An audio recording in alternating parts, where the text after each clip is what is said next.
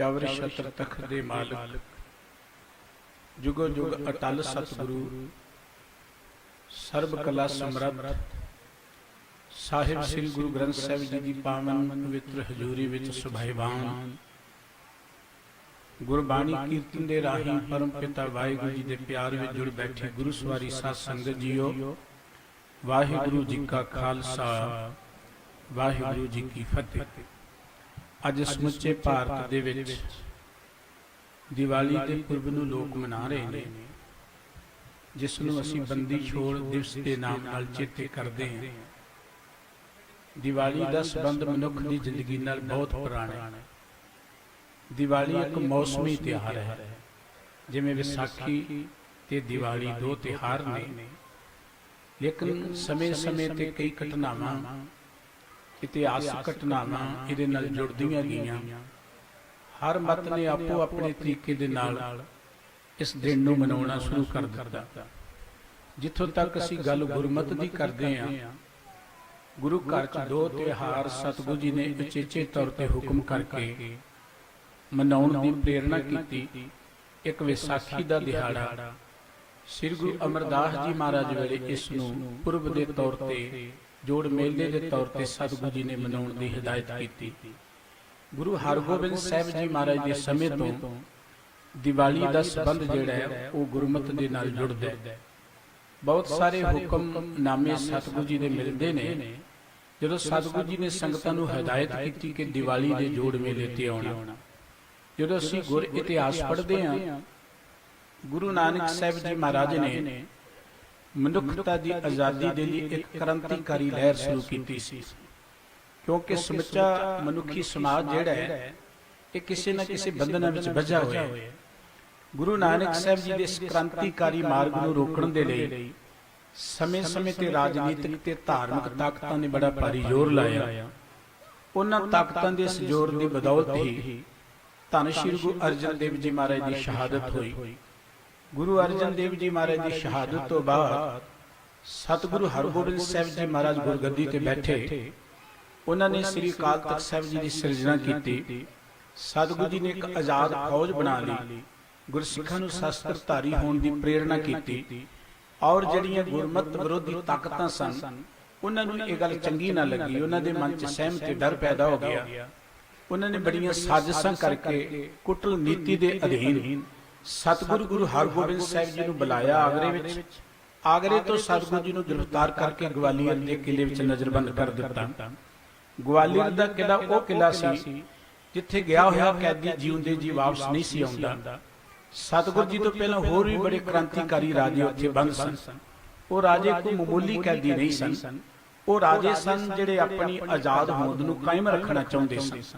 ਮੁਗਲਿਆ ਹਕੂਮਤ ਨੇ ਉਹਨਾਂ ਨੂੰ ਗਵਾਲੀਅਰ ਦੀ ਜੇਲ੍ਹ ਵਿੱਚ ਨਜ਼ਰਬੰਦ ਕਰ ਦਿੱਤਾ ਸੀ। ਸ੍ਰੀ ਗੁਰੂ ਹਰਗੋਬਿੰਦ ਸਾਹਿਬ ਜੀ ਜਿਸ ਵੇਲੇ ਉਸ ਗਵਾਲੀਅਰ ਦੀ ਜੇਲ੍ਹ ਵਿੱਚ ਪਹੁੰਚੇ, ਉਹਨਾਂ ਰਾਜਿਆਂ ਨੂੰ ਵੀ ਕੋਈ ਆਸ ਦੀ ਕਿਰਨ ਲੱਗੀ। ਸਤਿਗੁਰੂ ਸੱਚੇ ਪਾਤਸ਼ਾਹ ਜੀ ਜਿੰਨਾ ਚਿਰ ਉੱਥੇ ਰਹੇ, ਸਤਿਗੁਰੂ ਜੀ ਸਤ ਸੰਗਤ ਕਰਦੇ ਰਹੇ। ਉਹ ਜੇਲ੍ਹ ਵੀ ਜਿਹੜੀ ਸੀ ਇੱਕ ਸਤ ਸੰਗਤ ਦਾ ਅਸਥਾਨ ਬਣ ਗਈ। ਇਤਿਹਾਸ ਕਹਿੰਦਾ ਕਿ ਜਿਹੜੇ ਕੈਦੀ ਉੱਥੇ ਰੱਖੇ ਜਾਂਦੇ ਸਨ, ਉਹਨਾਂ ਨੂੰ ਬੜੇ ਭੋਜਨ ਵਿੱਚ ਪਾ ਕੇ ਸਲੋ ਪੋਇਜ਼ਨ ਦੇ ਕੇ ਸਰੀਰਕ ਤੌਰ ਤੇ ਉਹਨਾਂ ਨੂੰ ਖਤਮ ਕਰ ਦਿੱਤਾ ਜਾਂਦਾ ਸੀ। ਸਤਿਗੁਰੂ ਸੱਚੇ ਪਾਤਸ਼ਾਹ ਜੀ ਨੇ ਜੇਲ੍ਹ ਦਾ ਅੰਨ ਪਾਣੀ ਖਾਣਾ ਬੰਦ ਕਰ ਦਿੱਤਾ। ਬਾਹਰੋਂ ਭਾਈ ਬੇਲੀ ਚੰਦ ਜੀ ਜੇਠਾ ਜੀ ਕਿਰਤ ਕਰਦੇ ਸਨ, ਉਧਰੋਂ ਹੀ ਆਪਣਾ ਰੋਟੀ ਪਾਣੀ ਅੰਦਰ ਤਿਆਰ ਕਰਦੇ ਸਨ। ਇਧਰ ਪੰਜਾਬ ਦੀ ਧਰਤੀ ਤੇ ਬਾਬਾ ਬੁੱਢਾ ਸਾਹਿਬ ਜੀ, ਭਾਈ ਗੁਰਦਾਸ ਜੀ ਅਤੇ ਹੋਰ ਜਿਹੜੇ ਗੁਰੂ ਕੇ ਸਿੱਖ ਸਨ, ਉਹਨਾਂ ਨੇ ਇੱਕ ਇਨਕਲਾਬ ਖੜਾ ਕਰ ਦਿੱਤਾ। ਇਤਿਹਾਸ ਕਹਿੰਦਾ ਕਿ ਅੰਮ੍ਰਿਤਸਰ ਤੋਂ ਸ਼ਬਦ ਚੌਂਕੀ ਚੱਲਦੀ ਸੀ। ਇਹ ਸ਼ਬਦ ਚੌਂਕੀ ਪਿੰਡਾਂ 'ਚ ਜਾਗਰੂਕਤਾ ਪੈਦਾ ਕਰਦੀ ਹੋਈ, ਲੋਕਾਂ ਨੂੰ ਅਵੇਅਰ ਕਰਦੀ ਹੋਈ ਗਵਾਲੀਅਰ ਤੱਕ ਜਾਂਦੀ ਸੀ। ਇੱਕ ਅੱਜ ਚੱਲ ਪਈ, ਇੱਕ ਕੱਲ ਚੱਲ ਪਈ। ਗਵਾਲੀਅਰ ਤੱਕ ਇਹਨਾਂ ਚੌਂਕੀਆਂ ਦੀ ਇੱਕ ਚੇਨ ਬਣ ਗਈ, ਮਾਲ ਬਣ ਗਈ। ਇਹਦੇ ਨਾਲ ਪੰਜਾਬ ਵਿੱਚ ਇੱਕ ਬੜੀ ਕ੍ਰਾਂਤੀ ਖੜੀ ਹੋ ਗਈ, ਇਨਕਲਾਬ ਖੜਾ ਹੋ ਗਿਆ। ਦੂਸਰੇ ਬੰਨੇ ਸਾਈਂ ਮੀਆਂ ਮੀਰ ਜੀ, ਪੀਰ ਨਿਜ਼ਾਮੁਦੀਨ ਜੀ, ਇਹਨਾਂ ਨੇ ਵੀ ਬਾਦਸ਼ਾਹ ਨੂੰ ਪ੍ਰੇਰਿਆ ਕਿ ਬਾਦਸ਼ਾਹ ਜੋ ਕੁਝ ਤੂੰ ਕਰ ਰਿਹਾ ਇਹ ਬਹੁਤ ਗਲਤ ਹੈ। ਅੱਗੇ ਤੇਰੀ ਹਕੂਮਤ ਅੰਦਰ ਗੁਰੂ ਅਰਜਨ ਦੇਵ ਜੀ ਸ਼ਹੀਦ ਹੋਏ ਨੇ, ਉਦੋਂ ਵੱਡੀ ਗਲਤੀ ਤੂੰ ਨਹੀਂ ਕਰ ਰਿਹਾ। ਆਖਰ ਗੁਰੂ ਹਰਗੋਬਿੰਦ ਸਾਹਿਬ ਜੀ ਦੇ ਤੇਜ ਤਪ ਅੱਗੇ ਬਾਦਸ਼ਾਹ ਨੂੰ ਝੁਕਣਾ ਪਿਆ। ਬਾਦਸ਼ਾਹ ਨੇ ਸਤਿਗੁਰੂ ਜੀ ਨੂੰ ਗਵਾਲੀਅਰ ਦੇ ਕਿਲੇ ਚੋਂ ਬਾਹਰ ਆਉਣ ਦੀ ਗੱਲ ਕਹੀ। ਜਿਸ ਵੇਲੇ ਵਜ਼ੀਰ ਖਾਨ ਜਿਹੜਾ ਬਾਦਸ਼ਾਹ ਦਾ ਵਜ਼ੀਰ ਸੀ, ਸਤਿਗੁਰੂ ਜੀ ਦਾ ਸ਼ਰਧਾਲੂ ਸੀ, ਇਹ ਚਿੱਠੀ ਲੈ ਕੇ ਕਿਹਾ ਕਿ ਸਤਿਗੁਰੂ ਜੀ ਤੁਸੀਂ ਬਾਹਰ ਆ ਜਾਓ। ਉੱਥੋਂ ਦੇ ਰਾਜਿਆਂ ਨੂੰ ਜਦੋਂ ਪਤਾ ਲੱਗਿਆ ਜਿਹੜੇ ਬੰਦ ਸਨ, ਉਹ ਬੜੇ ਉਦਾਸ ਹੋ ਗਏ। ਸਤਿਗੁਰੂ ਜੀ ਤੁਹਾਡੇ ਤੋਂ ਬਿਨਾਂ ਸਾਡੇ ਬੰਧਨ ਕਿਸੇ ਨੇ ਨਹੀਂ ਕੱਟਣੇ। ਗੁਰੂ ਹਰਗੋਬਿੰਦ ਸਾਹਿਬ ਜੀ ਨੇ ਹਕੂਮਤ ਨੂੰ ਇੱਕ ਗੱਲ ਕਹਿ ਦਿੱਤੀ ਕਿ ਅਸੀਂ ਇਕੱਲੇ ਬਾਹਰ ਨਹੀਂ ਆਵਾਂਗੇ, ਆ ਜਿਹੜੇ ਹੋਰ ਬੇਕਸੂਰ ਇੱਥੇ ਬੰਦ ਕੀਤੇ ਇਹਨਾਂ ਨੂੰ ਰਿਹਾ ਕੀਤਾ ਜਾਏ। ਹਕੂਮਤ ਨੂੰ ਇਹ ਗੱਲ ਸੋਚਣੀ ਪਈ। ਵਜ਼ੀਰ ਖਾਨ ਨੇ ਕਿਹਾ ਕਿ ਸਤਿਗੁਰੂ ਜੀ ਤੁਹਾਨੂੰ ਬਾਹਰ ਆਉਣ ਦੀ ਗੱਲ ਕਹੀ ਹੈ। ਗੁਰੂ ਹਰਗੋਬਿੰਦ ਸਾਹਿਬ ਜੀ ਨੇ ਇੱਕ ਗੱਲ ਕਹੀ। ਭਾਈ ਸੰਤੋਖ ਸਿੰਘ ਜੀ ਨੇ ਘਟਨਾ ਅੰਕਿਤ ਕਰਦੇ ਇੱਕ ਬਚਨ ਲਿਖਿਆ ਹੈ। ਗੁਰੂ ਹਰਗੋਬਿੰਦ ਸਾਹਿਬ ਜੀ ਵਜ਼ੀਰ ਖਾਨ ਨੂੰ ਕਹਿਣ ਲੱਗੇ ਕਿ ਜੋ ਨਰ ਆਰਤ ਕਹਿ ਇੱਕ ਬੇਰਾ, ਸ੍ਰੀ ਹਰਗੋਬਿੰਦ ਮੈਂ ਅਬ ਤੇਰਾ, ਕਹਾਂ ਗਿਣਤੀ ਹੈ ਇਹਾਂ ਛਡਾਵਨ, ਨਿਕਟ ਨ ਦਿਓ ਜੂਤ ਦੂਤ ਜਮ ਆਵਨ। ਸਤਿਗੁਰੂ ਜੀ ਕਹਿਣਗੇ ਵਜ਼ੀਰ ਖਾਨ ਜਿਹੜਾ ਬੰਦਾ ਇੱਕ ਵਾਰੀ ਗੁਰੂ ਘਰ ਚ ਆ ਕੇ ਕਹਿ ਦੇਵੇ ਨਾ ਕਿ ਮੈਨੂੰ ਤੁਹਾਡਾ ਹੀ ਆਸਰਾ ਹੈ, ਫਿਰ ਇਹ ਦੁਨਿਆਵੀ ਬੰਧਨ ਜਾਂ ਜੇਲ੍ਹ ਤਾਂ ਮਾਮੂਲੀ ਗੱਲ ਹੈ, ਉਹਨੇ ਦੇ ਨੇੜੇ ਅਸੀਂ ਜਮਦੂਤ ਨਹੀਂ ਆਉਣ ਦਿੰਦੇ। ਇਸ ਕਰਕੇ ਇਹਨਾਂ ਨੂੰ ਇੱਥੋਂ ਰਿਹਾ ਕੀਤਾ ਜਾਏਗਾ। ਹਕੂਮਤ ਨੇ ਇੱਕ ਸ਼ਰਤ ਰੱਖ ਦਿੱਤੀ, ਜਿਹੜੇ ਤੁਹਾਡਾ ਪੱਲਾ ਪਕੜ ਕੇ ਆਉਣਗੇ ਉਹਨਾਂ ਨੂੰ ਬਾਹਰ ਲਿਆਓ। ਆਪ ਜੀ ਜਾਣਦੇ ਹੋ ਕਦੀ ਘੁਨਾਣੀ ਨਗਰ ਹੈ, ਇੱਥੇ ਤੁਸੀਂ ਜਾਓ, ਗੁਰੂ ਹਰਗੋਬਿੰਦ ਸਾਹਿਬ ਜੀ ਦਾ ਚੋਲਾ ਜਾਮਾ ਅਜੇ ਤੱਕ ਪਿਆ ਹੈ। ਸਤਿਗੁਰੂ ਜੀ ਨੇ 52 ਕਲੀਆਂ ਵਾਲਾ ਪੱਲਿਆਂ ਵਾਲਾ ਇੱਕ ਚੋਲਾ ਸਵਾਇਆ, ਇਹਨਾਂ 52 ਰਾਜਿਆਂ ਨੂੰ ਇੱਕ ਪੱਲਾ ਪਕੜਾਇਆ। ਸਤਿਗੁਰੂ ਸੱਚੇ ਪਾਤਸ਼ਾਹ ਜੀ ਬਾਹਰ ਆ ਗਏ। ਸਤਿਗੁਰੂ ਜੀ ਨੂੰ ਦਾਤਾ ਬੰਦੀ ਛੋੜ ਕਹਿ ਕੇ ਦੁਨੀਆ ਚੇਤੇ ਕਰਦੀ ਸੀ। ਇਹ ਘਟਨਾ ਬਹੁਤ ਵੱਡੀ ਭਾਵਪੂਰਤ ਹੈ, ਬੜਾ ਵੱਡਾ ਰਹੱਸ ਸਮਝੀ ਬੈਠੀ ਹੈ। ਵੈਸੇ ਤੇ ਗੁਰੂ ਨਾਨਕ ਦੀ ਘਰ ਦੀ ਹਰ ਘਟਨਾ ਜਿਹੜੀ ਬੜੀ ਪ੍ਰੇਰਣਾਦਾਇਕ ਹੈ। ਮੈਂ ਬੇਨਤੀ ਕਰਾਂ, ਇਹ ਮਨੁੱਖ ਇਸ ਧਰਤੀ ਦਾ ਦਰਅਸਲ ਰਾਜਾ ਹੀ ਹੈ। ਪਰਮਾਤਮਾ ਨੇ ਹਰ ਮਨੁੱਖ ਨੂੰ ਰਾਜਾ ਬਣਾ ਕੇ ਇੱਥੇ ਭੇਜਿਆ ਹੈ। ਜਦ ਤੁਸੀਂ ਗੁਰਬਾਣੀ ਪੜੋਗੇ, ਬਾਬਾ ਰਵਿਦਾਸ ਸਾਹਿਬ ਜੀ ਨੇ ਇੱਕ ਗੱਲ ਕਹੀ ਹੈ, ਨਰਪਤ ਇੱਕ ਸਿੰਘਾਸਨ ਸੋਇਆ, ਸੁਪਨੇ ਪਿਆ ਭਿਖਾਰੀ, ਅਛਤ ਰਾਜ ਬਿਸਰ ਦੁਖ ਪਾਇਆ, ਸੋ ਗਤ ਪਈ ਹਮਾਰੀ। ਅਸੀਂ ਰਾਜੇ ਹਾਂ ਇਸ ਧਰਤੀ ਦੇ, ਪਰ ਅਸੀਂ ਕੈਦੀ ਹੋ ਗਏ। ਸਾਨੂੰ ਕੈਦ ਬੜੀ ਯੋਜਨਾਬੰਦ ਤਰੀਕੇ ਨਾਲ ਬਣਾਇਆ ਜਾਂਦਾ ਹੈ। ਇਹ ਗੱਲ ਕਹੀ ਜਾਂਦੀ ਜੀ ਮਨੁੱਖ ਸਮਾਜਿਕ ਪ੍ਰਾਣੀ ਹੈ। ਸਮਾਜਿਕ ਪ੍ਰਾਣੀ ਨੇ ਤੇ ਪਿੰਜਰੇ ਦਾ ਪੰਛੀ ਹੈ। ਸਾਨੂੰ ਇਸ ਤਰੀਕੇ ਨਾਲ ਬੰਧਨਾਂ 'ਚ ਪਾਇਆ ਜਾਂਦਾ ਹੈ, ਕੈਦੀ ਬਣਾਇਆ ਜਾਂਦਾ ਹੈ। ਤੁਸੀਂ ਦੇਖਿਆ ਕਿ ਪੰਛੀ ਕਿੰਨੇ ਆਜ਼ਾਦ ਨੇ। ਪੰਛੀ ਇੱਥੋਂ ਉੱਡ ਕੇ ਪਾਕਿਸਤਾਨ ਚਲ ਜੇ, ਇਰਾਕ ਚਲ ਜੇ, ਅਫਗਾਨਿਸਤਾਨ ਚਲ ਜੇ, ਉਹਨੂੰ ਕੋਈ ਵੀਜ਼ਾ ਨਹੀਂ ਲੈਣਾ ਪੈਂਦਾ। ਮਨੁੱਖ ਇੱਥੋਂ ਤਾਰ ਬਾਰਡਰ ਨਹੀਂ ਪਾਰ ਕਰ ਸਕਦਾ। ਇਸ ਕਰਕੇ ਮਨੁੱਖ ਨੂੰ ਬੰਧਨਾਂ ਵਿੱਚ ਬੰਨਿਆ ਗਿਆ। ਜਿੱਥੇ ਇਹ ਮੁਲਕਾਂ ਦੀਆਂ ਹੱਦਾਂ ਵਿੱਚ ਬੰਨ੍ਹ ਦਿੱਤਾ ਗਿਆ, ਸਟੇਟਾਂ ਦੀਆਂ ਹੱਦਾਂ ਵਿੱਚ ਬੰਨ੍ਹ ਦਿੱਤਾ ਗਿਆ, ਜਾਤਾਂ ਦੀਆਂ ਹੱਦਾਂ ਵਿੱਚ ਬੰਨ੍ਹ ਦਿੱਤਾ ਗਿਆ, ਬਰਾਦਰੀ ਦੀਆਂ ਹੱਦਾਂ 'ਚ ਬੰਨ੍ਹ ਦਿੱਤਾ ਗਿਆ, ਧੜਿਆਂ ਦੀਆਂ ਹੱਦਾਂ 'ਚ ਬੰਨ੍ਹ ਦਿੱਤਾ ਗਿਆ, ਮਜ਼ਹਬਾਂ ਦੀਆਂ ਹੱਦਾਂ 'ਚ ਬੰਨ੍ਹ ਦਿੱਤਾ ਗਿਆ। ਮਨੁੱਖ ਤਾਂ ਹੈਗਾ ਹੀ ਕੈਦੀ ਹੈ। ਔਰ ਗੁਰਬਾਣੀ ਕਹਿੰਦੀ ਹਰ ਮਨੁੱਖ ਕੈਦੀ ਹੈ। ਹਰ ਮਨੁੱਖ ਰਾਜਾ ਬਣ ਕੇ ਇਸ ਧਰਤੀ ਤੇ ਆਇਆ ਹੈ। ਇਹ ਰਾਜਿਆਂ ਦੀ ਗਾਥਾ ਇੱਕ ਬੜੀ ਪ੍ਰੇਰਣਾਦਾਇਕ ਸਾਨੂੰ ਸਿੱਖਿਆ ਦਿੰਦੀ ਹੈ। ਹਰ ਮਨੁੱਖ ਰਾਜਾ ਬਣ ਕੇ ਆਇਆ ਹੈ, ਪਰ ਅਸੀਂ ਕੈਦੀ ਕਿਵੇਂ ਆ? ਜਦ ਤੁਸੀਂ ਗੁਰੂ ਗ੍ਰੰਥ ਸਾਹਿਬ ਜੀ ਦੀ ਪਵਿੱਤਰ ਬਾਣੀ ਪੜੋਗੇ, ਗੁਰੂ ਸਾਹਿਬ ਜੀ ਦਾ ਆਸਾ ਰਾਗ ਗੁਰੂ ਅਰਜਨ ਦੇਵ ਜੀ ਦਾ ਬੜਾ ਪਿਆਰਾ ਬਚਨ ਹੈ, ਜਿੱਥੇ ਸਤਿਗੁਰੂ ਸੱਚੇ ਪਾਤਸ਼ਾਹ ਕਹਿੰਦੇ ਬੰਦਿਆ, ਪ੍ਰਥਮੇ ਤੇਰੀ ਨੀਕੀ ਜਾਤ, ਦੁਤੀਆ ਤੇਰੀ ਮਨੀਏ ਪਾਤ, ਤ੍ਰਿਤੀਆ ਤੇਰਾ ਸੁੰਦਰ ਥਾਨ, ਬਿਗੜ ਰੂਪ ਮਨ ਮੈਂ ਅਭਿਮਾਨ। ਦੇਖ ਤੈਨੂੰ ਸਭ ਤੋਂ ਉੱਤਮ ਜਾਤ, ਸਾਡੀ ਜਾਤ ਕੇਵਲ ਮਨੁੱਖ ਹੈ। ਗੁਰਬਾਣੀ ਕਹਿੰਦੀ ਮਾਨਸ ਕੀ ਜਾਤ ਸਭ ਹੈ, ਏਕੇ ਪਹਿਚਾਨ ਬੋ। ਹੋਰ ਇਹ ਜੱਟ ਇਹ ਖੱਤਰੀਏ ਸਾਡੀ ਕੋਈ ਜਾਤ ਨਹੀਂ ਹੈ। ਤੇ ਆਏ ਜਿਹੜੀਆਂ ਦੀਵਾਰਾਂ ਬਣਾਈਆਂ ਗਈਆਂ ਨੇ, ਜਿੱਥੇ ਵੰਡਿਆ ਗਿਆ, ਜਿਸ ਪਿੰਜਰੇ ਸਾਨੂੰ ਬੰਦ ਕੀਤਾ ਗਿਆ, ਇਹ ਤੇ ਉਹ ਬਣਾਇਆ ਗਿਆ। ਦੋ ਤਾਕਤਾਂ ਮਨੁੱਖੀ ਸਮਾਜ ਵਿੱਚ ਹਰ ਥਾਂ ਤੇ ਕਿਸੇ ਨਾ ਕਿਸੇ ਰੂਪ ਵਿੱਚ ਵਿਚਰਦੀਆਂ ਨੇ, ਜਿਹੜੀਆਂ ਇਸ ਮਨੁੱਖ ਨੂੰ ਕੈਦੀ ਬਣਾ ਕੇ ਰੱਖਣਾ ਚਾਹੁੰਦੀਆਂ ਨੇ। ਪਹਿਲੀ ਇੱਕ ਰਾਜਨੀਤਿਕ ਸ਼੍ਰੇਣੀ ਹੈ, ਜਿਹੜੀ ਆਪਣੀਆਂ ਰਾਜ ਗੱਦੀਆਂ ਕਾਇਮ ਕਰਨ ਦੇ ਲਈ ਸਾਨੂੰ ਜਾਤਾਂ 'ਚ ਵੰਡਦੀ ਹੈ, ਸਾਨੂੰ ਕੈਟਾਗਰੀ 'ਚ ਵੰਡਦੀ ਹੈ। ਕਿਸੇ ਨੂੰ ਸ਼ਡਿਊਲ ਕਾਸਟ ਕਹਿੰਦੀ ਹੈ, ਕਿਸੇ ਨੂੰ ਉੱਪਰ ਕਾਸਟ ਕਹਿੰਦੀ ਹੈ। ਔਰ ਵਰਣ ਵੰਡ ਦੀ ਜਾਤ ਦੀ ਗੱਲ ਵੀ ਇੱਥੋਂ ਸ਼ੁਰੂ ਹੋਈ ਸੀ। ਇੱਕ ਉਹ ਸ਼੍ਰੇਣੀ ਹੈ ਜਿਹੜੀ ਰਾਜਨੀਤਿਕ ਸ਼੍ਰੇਣੀ ਆਪਣੀਆਂ ਰਾਜ ਗੱਦੀਆਂ ਨੂੰ ਕਾਇਮ ਰੱਖਣ ਦੇ ਲਈ ਮਨੁੱਖਤਾ ਨੂੰ ਵੰਡ ਕੇ ਰੱਖਦੀ, divide and rule the policy ਵਰਤਦੀ ਹੈ। ਇੱਕ ਧਾਰਮਿਕ ਅਖੌਤੀ ਧਾਰਮਿਕ ਲੋਕ ਨੇ ਧਰਮ ਦੀ ਦੁਨੀਆ ਅੰਦਰ, ਜਿਹੜੇ ਉਹਨਾਂ ਰਾਜਨੀਤਿਕਾਂ ਦੇ ਪਿੱਠੋਂ ਹੀ ਹੁੰਦੇ ਨੇ। ਉਹ ਵੀ ਮਨੁੱਖਾਂ ਨੂੰ ਬਰਾਦਰੀਆਂ 'ਚ, ਜਾਤਾਂ 'ਚ, ਧਰਮਾਂ 'ਚ ਵੰਡ ਕੇ ਹਮੇਸ਼ਾ ਆਪਣੀਆਂ ਗੱਦੀਆਂ ਨੂੰ ਕਾਇਮ ਰੱਖਣਾ ਚਾਹੁੰਦੇ ਨੇ। ਔਰ ਮਨੁੱਖ ਕੈਦੀ ਬਣਦਾ ਕਿਵੇਂ? ਜਿੱਥੇ ਸਤਿਗੁਰੂ ਜੀ ਨੇ ਕਿਹਾ ਪ੍ਰਥਮੇ ਤੇਰੀ ਨੀਕੀ ਜਾਤ, ਦੁਤੀਆ ਤੇਰੀ ਮਨੀਏ ਪਾਤ, ਤ੍ਰਿਤੀਆ ਤੇਰਾ ਸੁੰਦਰ ਥਾਨ, ਬਿਗੜ ਰੂਪ ਮਨ ਮੈਂ ਅਭਿਮਾਨ। ਸਤਿਗੁਰੂ ਜੀ ਕਹਿੰਦੇ ਤੈਨੂੰ ਇੰਨੀ ਸੋਹਣੀ ਮਨੁੱਖਾ ਜਾਤ ਦਿੱਤੀ ਹੈ, ਸੋਹਣਾ ਰੂਪ ਦਿੱਤਾ ਹੈ, ਸੋਹਣੇ ਥਾਂ ਘਰ ਬਾਹਰ ਦਿੱਤੇ ਨੇ, ਖਾਣ ਪੀਣ ਦੀਆਂ ਵਸਤੂਆਂ ਦਿੱਤੀਆਂ ਨੇ, ਸੋਹਣੀ ਧਰਤੀ ਦਿੱਤੀ ਹੈ, ਪਰ ਤੇਰੇ ਅੰਦਰ ਜਿਹੜਾ ਹੰਕਾਰ ਪੈਦਾ ਹੋ ਗਿਆ, ਤੇਰੇ ਅੰਦਰ ਜਿਹੜਾ ਲੋਭ ਪੈਦਾ ਹੋ ਗਿਆ, ਤੇਰੇ ਅੰਦਰ ਜਿਹੜੇ ਹੋਰ ਔਗਣ ਪੈਦਾ ਹੋ ਗਏ। ਗੁਰੂ ਕੀ ਬਾਣੀ ਕਹਿੰਦੀ ਨਾਨਕ ਔਗਣ ਜੇਤੜੇ ਤੇਤੇ ਗਲੀ ਜੰਜੀਰ। ਜਿੰਨੇ ਔਗਣ ਨੇ ਇਹ ਸਾਡੇ ਗਲ 'ਚ ਜੰਜੀਰਾਂ ਪੈ ਗਈਆਂ। इन्हां औगणां च बज गए। सतगुरु जी ने फिर बचन किया, इस धरती में तेरी सिकदारी, अवर जोन तेरी पनिहारी। बंदिया तू इस धरती दा चौधरी सैं, राजा सैं, बाकी जुन्नां ते तेरियां पानी भरणहार सन। हुण तुसीं समाज च नज़र मारो, यह बंदा जिहड़ा इस धरती दा राजा सी ते पशुओं दा पुजारी बन गया। इनू मानसिक तौर ते इन्ना गुलाम बना दिता गया। यह पशुओं नूं मत्थे टेकण लग पिया, इट्टां दीयां ढेरियां नूं मत्थे टेकण लग पिया, सप्पां दीयां खुड्डां दी पूजा करन लग पिया। यही ते गुलामी हुंदी है। जदों किसी समाज नूं, जदों किसी कौम नूं, जदों किसी मुल्क नूं गुलाम बनाउणा हुंदा है, पहलां उस समाज ते मुल्क दे लोकां नूं मानसिक तौर ते गुलाम बनाया जांदा है। मानसिक गुलामी पहला धार्मिक लोग शुरू करते हैं, जो कहते हैं दिन चंगा ते यह दिन माड़ा है, यह थां चंगी है, ओ थां माड़ी है, उत्थे जाके मत्था टेको, उत्थे बहुता मिलेगा, इत्थे घट मिलेगा। इत्थों मानसिक गुलामी शुरू होंदी है। जो किसी पंछी नूं फड़ना हुंदा है ना, पंछी नूं फड़न तो पहलां दाणे खिलारे जांदे ने। पंछी दाणियां दे लाल चलदा चलदा अगे जाल च फस जांदा है, जाल चों कढ के उहनूं पिंजरे च पा लिया जांदा है। ਇਹ ਮਨੁੱਖ ਦੇ ਅੱਗੇ ਦਾਣੇ ਖਿਲਾਰੇ ਜਾਂਦੇ ਨੇ ਕਿ ਉੱਥੇ ਤੁਹਾਡੀ ਸ਼ਰਧਾ ਪੂਰੀ ਹੋਏਗੀ, ਉੱਥੇ ਤੁਹਾਡੇ ਦੁੱਖ ਕੱਟੇ ਜਾਣਗੇ, ਉੱਥੇ ਤੁਹਾਨੂੰ ਇਹ ਚੀਜ਼ ਮਿਲੇਗੀ। ਬੰਦਾ ਇਹ ਦਾਣੇ ਚੁਗਦਾ ਚੁਗਦਾ ਇਹੋ ਜਿਹਾ ਮਾਨਸਿਕ ਗੁਲਾਮੀ ਫਸ ਜਾਂਦਾ ਕਿ ਆਪਣੀ ਉਹ ਪੋਸਿਬਿਲਿਟੀ ਨੂੰ ਭੁੱਲ ਜਾਂਦਾ ਹੈ, अपनी वो वैल्यू नूं भुल जांदा है। वो सोचदा कि मत्थे टेकण नाल ही मैं महान बनांगा। इस करके गुरबाणी ने साडे वो बंधन कट्टे। सतगुरु सच्चे पातशाह जी कहंदे, अवर जोन तेरी पनिहारी, ओ बाकी जूना तेरियां पानी भरणहार सेवादार सन, पर तू इन्हां नाल गुलाम बन के रह गया। अखीर ते सतगुरु जी ने एक गल कही है, जाको दृष्ट मिया हर राय, सब बंदी ते लई छड़ाए। जिहदे ते परमात्मा मेहर करदा है ना, ਉਹਨੂੰ ਬੰਧਨਾਂ ਤੋਂ ਮੁਕਤ ਕਰ ਲੈਂਦਾ ਹੈ। ਉਹਨੂੰ ਬੰਧਨਾਂ ਤੋਂ ਕਿਵੇਂ ਮੁਕਤ ਕਰਦਾ ਹੈ? ਉਹਨੂੰ ਗੁਰੂ ਦੀ ਹਜ਼ੂਰੀ ਚ ਲੈ ਆਉਂਦਾ ਹੈ। ਗੁਰੂ ਦਾ ਇੱਕੋ ਇੱਕ ਫਰਜ਼ ਹੈ ਲੋਕਾਂ ਦੇ ਬੰਧਨ ਕੱਟਣਾ।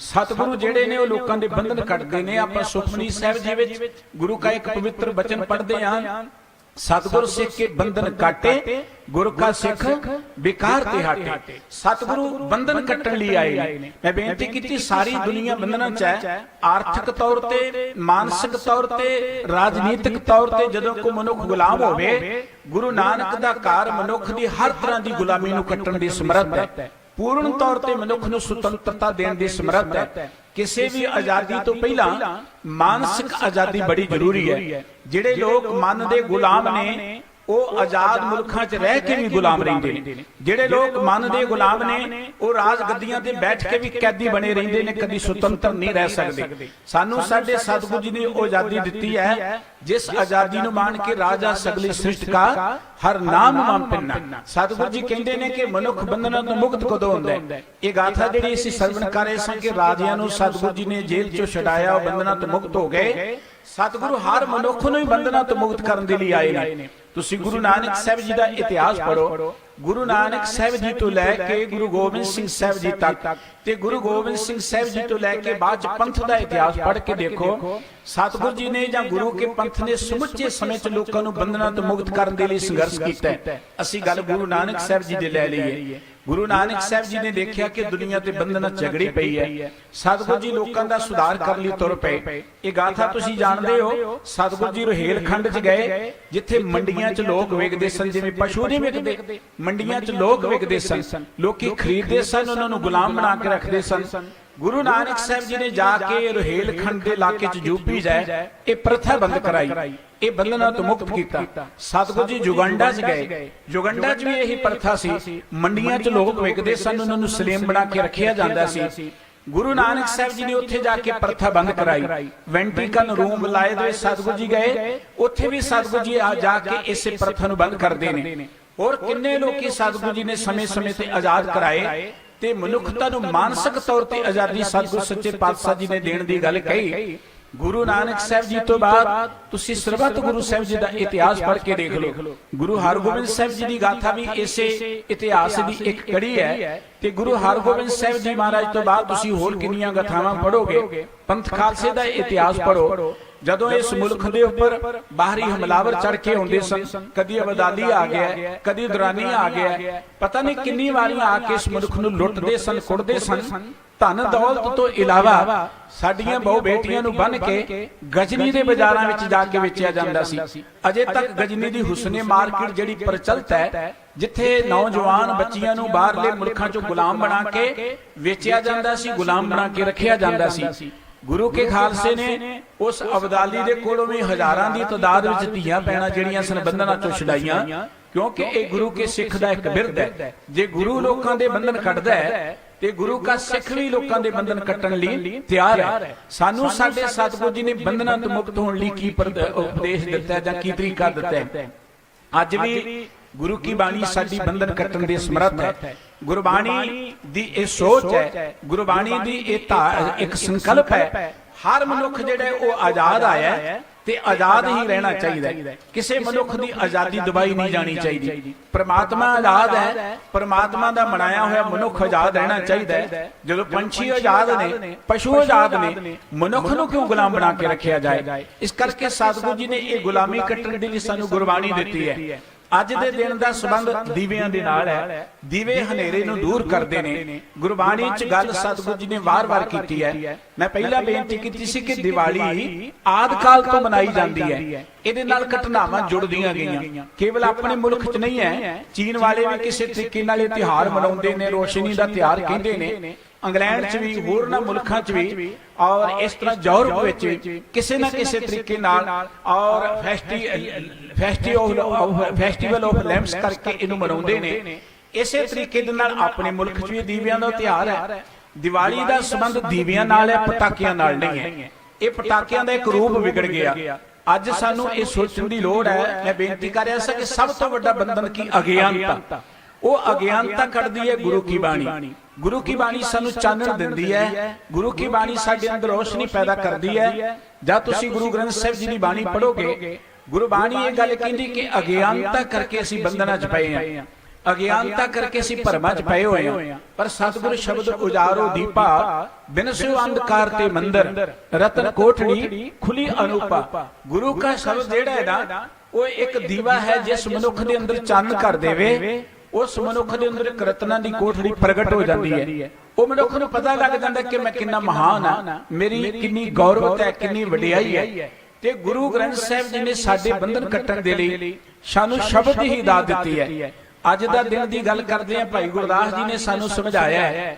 ਦੇਖੋ, ਲੋਕੀ ਦੀਵਾਲੀ ਦੀ ਰਾਤ ਨੂੰ ਦੀਵੇ ਬਾਲਦੇ ਹੋ ਤੇ ਬੁੱਝ ਜਾਂਦੇ ਨੇ, ਉਹ ਤੇ ਸਦਾ ਨਹੀਂ ਜਗਦੇ ਰਹਿੰਦੇ। ਤੀਰਥਾਂ ਤੇ ਮੇਲੇ ਲੱਗਦੇ ਨੇ, ਉਹ ਇੱਕ ਦੋ ਦਿਨ ਰੌਣਕ ਹੁੰਦੀ ਹੈ, ਫਿਰ ਉੱਥੇ ਉਜਾੜ ਪੈ ਜਾਂਦੀ ਹੈ। ਆਕਾਸ਼ ਦੇ ਵਿੱਚ ਅਸੀਂ ਤਾਰੇ ਦੇਖਦੇ ਹਾਂ, ਉਹ ਹੁਣ ਦੇਖਦੇ ਹਾਂ ਜਦੋਂ ਦਿਨ ਚੜਿਆ ਮੁੜ ਕੇ ਉਹ ਨਜ਼ਰ ਨਹੀਂ ਆਉਣੇ। ਬਾਗਾਂ ਦੇ ਵਿੱਚ ਫੁੱਲ ਖਿੜਦੇ ਨੇ, ਬਗੀਚਿਆਂ 'ਚ ਉਹ ਕੋਚਰ ਖਿੜਦੇ ਨੇ, ਫਿਰ ਉੱਥੇ ਉਜਾੜ ਪੈ ਜਾਂਦੀ ਹੈ। ਭਾਈ ਸਾਹਿਬ ਜੀ ਕਹਿੰਦੇ ਇਹ ਦੀਵਾਲੀ ਦੇ ਦੀਵੇ ਜਾਂ ਫੁੱਲਾਂ ਦੇ ਬਗੀਚੇ ਦੇ ਫੁੱਲ ਜਾਂ ਤੀਰਥਾਂ ਦੇ ਮੇਲੇ ਜਾਂ ਇਹ ਆਕਾਸ਼ ਦੇ ਤਾਰੇ, ਇਹ ਤੇ ਖਿੰਨ ਪੰਗਰ ਨੇ, ਇਹ ਸਦਾ ਨਹੀਂ ਹੈ। ਅਸੀਂ ਆਪਣੇ ਅੰਦਰ ਇੱਕ ਗੁਰੂ ਕੇ ਸ਼ਬਦ ਦਾ ਦੀਵਾ ਬਾਲਣਾ। ਇਹ ਦੀਵਾ ਸਾਨੂੰ ਸੁਨੇਹਾ ਦਿੰਦਾ ਹੈ ਕਿ ਜਿਵੇਂ ਤੁਸੀਂ ਬਾਹਰ ਹਨੇਰੇ ਨੂੰ ਦੂਰ ਕਰਨ ਲਈ ਦੀਵਾ ਜਗਾਉਂਦੇ ਹੋ, ਤੁਹਾਡੇ ਅੰਦਰ ਹਨੇਰਾ ਹੈ। ਉਸ ਹਨੇਰੇ ਕਰਕੇ ਸਾਨੂੰ ਸਾਡੀ ਵੈਲਿਊ ਦਾ ਪਤਾ ਨਹੀਂ ਹੈ, ਸਾਨੂੰ ਆਪਣੀ ਪੋਸਿਬਿਲਿਟੀ ਦਾ ਪਤਾ ਨਹੀਂ ਹੈ। ਜਦੋਂ ਤੁਹਾਡੇ ਅੰਦਰੋਂ ਹਨੇਰਾ ਖਤਮ ਹੋਏਗਾ, ਤੁਹਾਨੂੰ ਪਤਾ ਲੱਗੇਗਾ ਤੁਸੀਂ ਤੇ ਰਾਜੇ ਹੋ ਧਰਤੀ ਦੇ। ਤੁਸੀਂ ਐਵੇਂ ਭਿਖਾਰੀ ਬਣ ਕੇ ਕਦੀ ਕਿਸੇ ਮਗਰ ਫਿਰਦੇ, ਕਦੀ ਕਿਸੇ ਮਗਰ ਫਿਰਦੇ ਹੋ। ਭਾਈ ਗੁਰਦਾਸ ਜੀ ਨੇ ਜਿੱਥੇ ਗੱਲ ਕਹੀ, ਦੀਵਾਲੀ ਕੀ ਰਾਤ ਦੀਵੇ ਬਾਲੀਆਂ, ਤਾਰੇ ਜਾਤ ਸਨਾਤ ਅੰਬਰ ਚਾਲੀਆਂ, ਫੁੱਲਾਂ ਕੀ ਬਾਗਾਹ ਚੁਣ ਚੁਣ ਚਾਲੀਆਂ, ਤੀਰ ਜਾਤੀ ਜਾਤ ਨਦਰ ਨਿਹਾਲੀਆਂ। ਅੱਗੇ ਜਾ ਕੇ ਕਹਿੰਦੇ ਗੁਰਮੁਖ ਸੁਖ ਫਲ ਦਾਤ ਸ਼ਬਦ ਸੰਭਾਲੀਆਂ। ਗੁਰੂ ਕਾ ਸਿੱਖ ਜਿਹੜਾ ਹੈ ਉਹ ਗੁਰੂ ਕੇ ਸ਼ਬਦ ਨੂੰ ਸੰਭਾਲਦਾ ਹੈ ਆਪਣੇ ਹਿਰਦੇ 'ਚ, ਤੇ ਗੁਰੂ ਕੇ ਸ਼ਬਦ ਦੇ ਰਾਹੀਂ ਉਹਨੂੰ ਸੁਖ ਫਲ ਦੀ ਪ੍ਰਾਪਤੀ ਹੋ ਜਾਂਦੀ ਹੈ।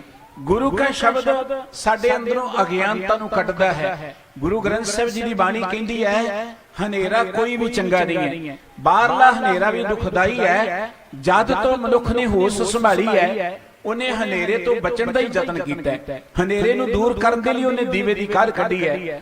ਉਹ ਦਿਨ ਕਿੰਨਾ ਭਾਗਾਂ ਵਾਲਾ ਹੋਵੇਗਾ ਜਿਸ ਦਿਨ ਮਨੁੱਖ ਨੇ ਦੀਵੇ ਦੀ ਕਾਢ ਕੱਢੀ ਹੋਏਗੀ, ਜਿਸ ਦਿਨ ਮਨੁੱਖ ਨੇ ਚਾਨਣ ਦੀ ਗੱਲ ਕੀਤੀ ਹੋਏਗੀ। ਔਰ ਜਿਵੇਂ ਬਾਹਰਲਾ ਹਨੇਰਾ ਖਤਰਨਾਕ ਹੈ, ਮਨ ਦਾ ਹਨੇਰਾ ਤੇ ਉਦੋਂ ਵੀ ਜ਼ਿਆਦਾ ਖਤਰਨਾਕ ਹੈ। ਆਪਾਂ ਦੇਖਦੇ ਹਾਂ ਬਾਹਰ ਬਹੁਤ ਚਾਨਣ ਕਰ ਲਿਆ ਮਨੁੱਖ ਨੇ। ਚਲੋ ਅੱਜ ਤੇ ਦੀਵਾਲੀ ਹੈ, ਲੋਕੀ ਦੀਵੇ ਬਾਲ ਰਹੇ ਨੇ, ਅੱਗੋਂ ਪਿੱਛੋਂ ਵੀ ਚਾਨਣ ਕੋ ਘੱਟ ਨਹੀਂ ਹੈ। ਤੇ ਗੁਰਬਾਣੀ ਕਹਿੰਦੀ ਇਹ ਤੇ ਚਾਨਣ ਬਹੁਤ ਥੋੜਾ ਹੈ। ਜੇ 100 ਚੰਦਾ ਉਗਵੇ ਸੂਰਜ ਚੜੇ ਹਜ਼ਾਰ, ਇੱਥੇ ਚਾਨਣ ਹੁੰਦੇ ਆ ਗੁਰਬਿਨ ਘੋਰ ਅੰਧਾਰ। ਬਾਹਰ ਜਿੰਨਾ ਮਰਜ਼ੀ ਚਾਨਣ ਹੋ ਜਾਏ, ਪਰ ਮਨ 'ਚ ਤਾਂ ਹਨੇਰਾ ਹੀ ਹੈ। ਮਨੁੱਖ ਨੇ ਬਾਹਰ ਜਿੱਥੇ ਦੀਵੇ ਜਾਂ ਬਿਜਲੀ ਦੇ ਰਾਹੀਂ ਲਾਈਟਾਂ ਕਰਨ ਦਾ ਯਤਨ ਕੀਤਾ, ਮਨੁੱਖ ਨੇ ਬਾਹਰ ਐਜੂਕੇਸ਼ਨ ਬੜੀ ਪ੍ਰਾਪਤ ਕਰ ਲਈ ਹੈ। ਬੜੀਆਂ ਡਿਗਰੀਆਂ ਨੇ, ਬੜੀਆਂ ਯੂਨੀਵਰਸਿਟੀਆਂ ਨੇ, ਬੜੇ ਕਾਲਜ ਨੇ, ਪਰ ਜਿਉਂ-ਜਿਉਂ ਇਹ ਡਿਗਰੀਆਂ ਵੱਧਦੀਆਂ ਜਾਂਦੀਆਂ ਨੇ ਤਿਉਂ-ਤਿਉਂ ਮਨੁੱਖੀ ਸਮਾਜ 'ਚ ਅਗਿਆਨਤਾ ਵੱਧਦੀ ਜਾਂਦੀ ਹੈ। ਤੁਸੀਂ ਇਮਾਨਦਾਰੀ ਨਾਲ ਦੇਖੋ ਨਾ, ਅਸੀਂ ਕਹਿੰਦੇ ਜੀ ਹੁਣ ਪੜ੍ਹਾਈ ਦਾ ਯੁੱਗ ਹੈ, ਜੇ ਪੜ੍ਹਾਈ ਦਾ ਯੁੱਗ ਹੈ ਤੇ ਲੜਾਈ ਕਿੱਥੋਂ ਆ ਗਈ? ਫਿਰ ਆਪਣੇ ਮੁਲਕ ਦੇ ਵਿੱਚ ਇੰਨੀ ਅਗਿਆਨਤਾ ਕਿਉਂ ਆ ਗਈ ਜੇ ਪੜ੍ਹਾਈ ਦਾ ਯੁੱਗ ਹੈ? ਜੇ ਇੰਨੇ ਹੀ ਆਪਾਂ ਪੜ੍ਹ ਲਿਖ ਗਏ, ਸਿਆਣੇ ਹੋ ਗਏ ਆ, ਫਿਰ ਮਨੁੱਖ ਦੀ ਮਨੁੱਖ ਨਾਲ ਲੜਾਈ ਕਿਉਂ ਹੈ? ਧੜਿਆਂ 'ਚ ਕਿਉਂ ਮਨੁੱਖ ਵੰਡਿਆ ਪਿਆ? ਬਰਾਦਰੀਆਂ ਦੇ ਨਾਂ ਤੇ ਕਿਉਂ ਮਨੁੱਖ ਵੰਡਿਆ ਜਾਂਦਾ ਹੈ? ਮਨੁੱਖ ਨਿੱਕੀਆਂ ਗੱਲਾਂ ਤੇ ਕਿਉਂ ਗੁੰਮਰਾਹ ਹੋ ਜਾਂਦਾ ਹੈ? ਪੋਲੀਟੀਸ਼ੀਅਨ ਜਿਹੜੇ ਨੇ ਜਦੋਂ ਇਲੈਕਸ਼ਨ ਹੁੰਦੀ ਹੈ ਐਵੇਂ ਹੋਸ਼ੀਆਂ ਜੀਆਂ ਗੱਲਾਂ ਕਰਕੇ ਲੋਕਾਂ ਨੂੰ ਵਗਰਾ ਕੇ 5 ਸਾਲ ਹੀ ਫਿਰ ਗੱਦੀ ਤੇ ਬੈਠ ਜਾਂਦੇ ਤੇ ਮਨੁੱਖ ਪੜ੍ਹਿਆ ਲਿਖਿਆ ਕਾਹਦਾ ਹੈ? ਇਹਦੋਂ ਵੱਡਾ ਤੇ ਅਗਿਆਨੀ ਮਨੁੱਖ ਮਿਲਣਾ ਹੀ ਕਿਤੇ ਨਹੀਂ ਜਿੰਨਾ ਅੱਜ ਦੇ ਸਮਾਜ ਵਿੱਚ ਹੈ। ਇਸ ਕਰਕੇ ਇਹ ਬਾਹਰਲੀ ਪੜ੍ਹਾਈ ਮੁਬਾਰਕ ਹੈ, ਹੋਣੀ ਚਾਹੀਦੀ ਹੈ, ਲੇਕਿਨ ਉਹ ਹਨੇਰਾ ਜਿਹੜੇ ਨਾ ਅੰਦਰ ਦਾ ਉਹ ਗੁਰੂ ਕੇ ਸ਼ਬਦ ਨਹੀਂ ਕੱਟਿਆ ਜਾਣਾ।